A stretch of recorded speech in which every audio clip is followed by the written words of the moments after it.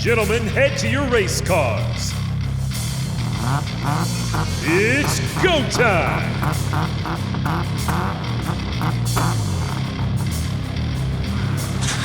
Go time. Go time. 3, 2, 1, go! I win!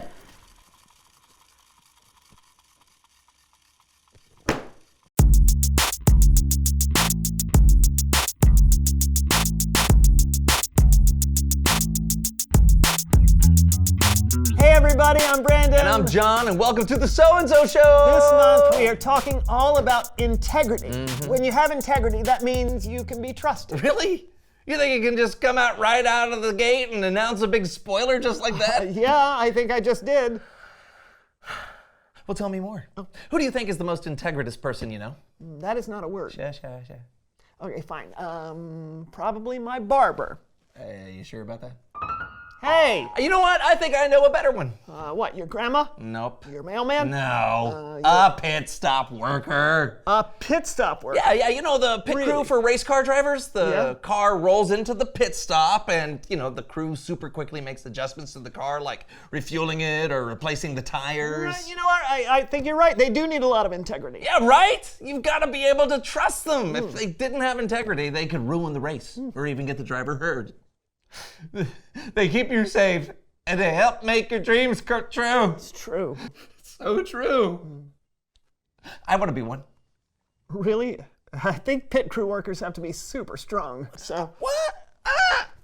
I'm strong, but I don't like the smell of car exhaust. Well, there goes that dream. No. I can, what if there were, a pit crew for life?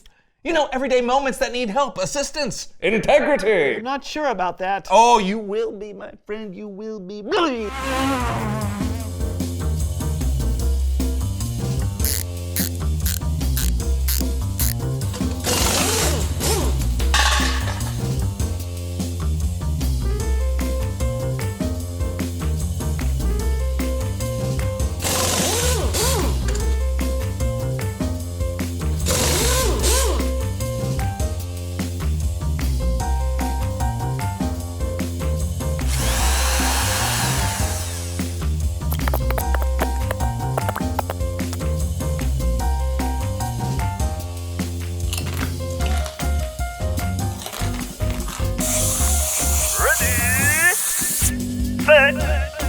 Go!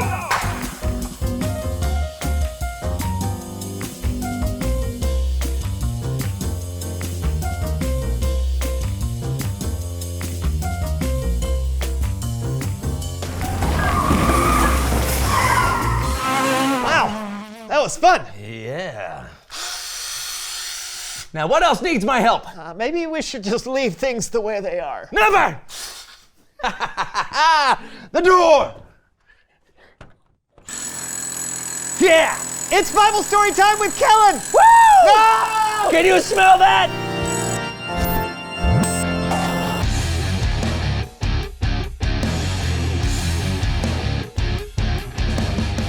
Hey guys! Hey, Kellen. You know what I like about you, Kellen? You're integritous. Thanks, but that's not a word. Still? Okay, fine. But I see where you're going, and I like it. So what do you have for us today, Kellen? Well, I'm glad you asked. Today is all about fruit. You guys like apples, bananas, oranges? Yeah. Definitely. The only way you get fruit is because it grows on a fruit tree. When Jesus was on earth, a lot of the people he met and talked to were farmers and people who knew all about growing fruit trees. So, a few times, that's what Jesus decided to talk to them about. In the Gospel of Luke, chapter 6, we read that Jesus says, "A good tree doesn't bear bad fruit, and a bad tree doesn't bear good fruit. You can tell each tree by the kind of fruit it bears. People do not pick figs from thorns, and they don't pick grapes from bushes." That makes sense, right? Apples only grow on apple trees, and oranges only grow on orange trees. And only good, healthy trees can produce good, healthy fruit. Now, Jesus taught this lesson about fruit trees so he could actually teach us about people. He went on to say, "A good man says good things. These come from the good that is stored up in his heart.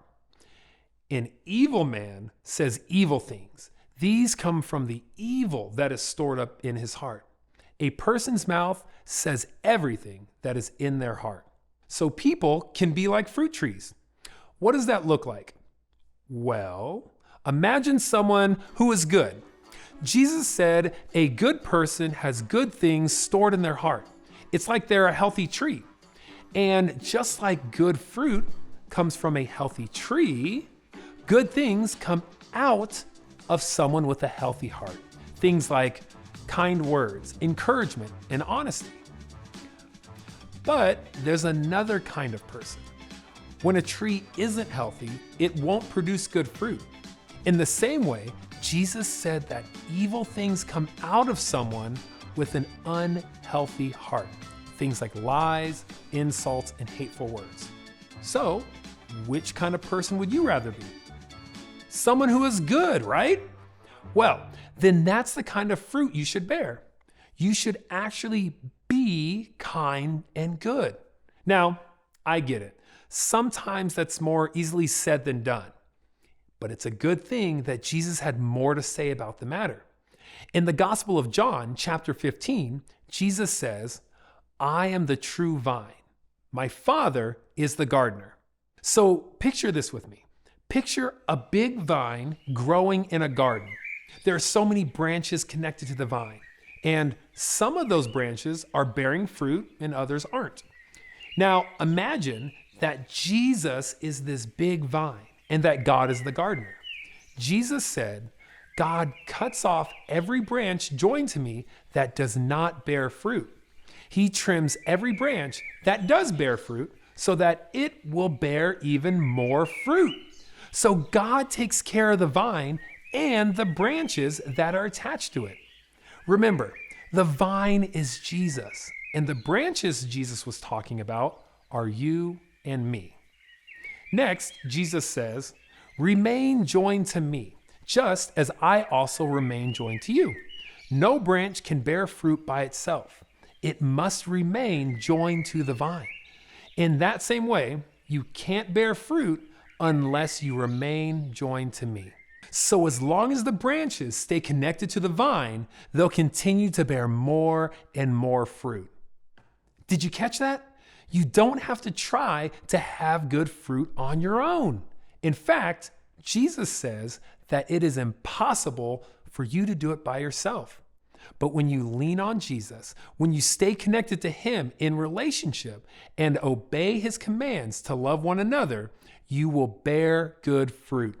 Things like love, kindness, peace, and my favorite, joy. Jesus believes in this so much that he kept going, telling his disciples again, "I am the vine, you are the branches. If you remain joined to me and I to you, you will bear a lot of fruit. You can't do anything without me." This is an amazing promise from Jesus. He doesn't say you might produce fruit. He says you will. Then Jesus added, "When you bear a lot of fruit, it brings glory to my Father. It shows that you are my disciples." And just like a branch getting nutrients from the vine, when we stay connected to Jesus, we get the love and nutrients we need to have healthy hearts that produce good fruit. That is beautiful. It really is. It's helpful to learn that the way to have a healthy heart and good fruit is by staying connected to Jesus. Exactly.